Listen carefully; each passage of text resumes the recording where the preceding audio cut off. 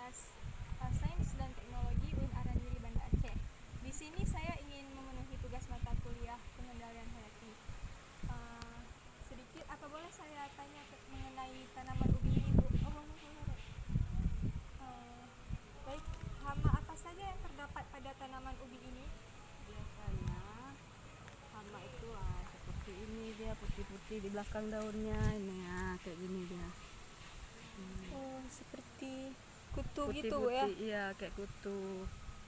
Habis itu daunnya menguning kayak gini deh, kayak gini. Nah, kayak gitu lah dek. Kemudian, berapa hari tanaman ini subur ketika habis ditanam, Bu?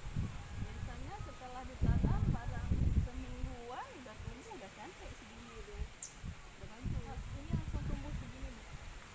Kita tanam sedikit, tumbuh barang segini. Ini cantik dia.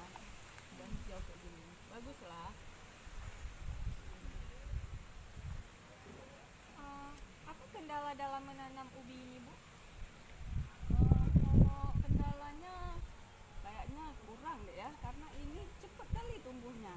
Kita tanam langsung hijau, udah bagus dia, nggak rewel pohon ini deh. Cepet dia tumbuhnya pohon ini. Kemudian dalam jangka berapa lama, Bu, ubi ini siap dipanen? Kalau siap panen 6 bulan, 8 bulan udah bagus, kita panennya udah mantap. Buahnya bisa besar.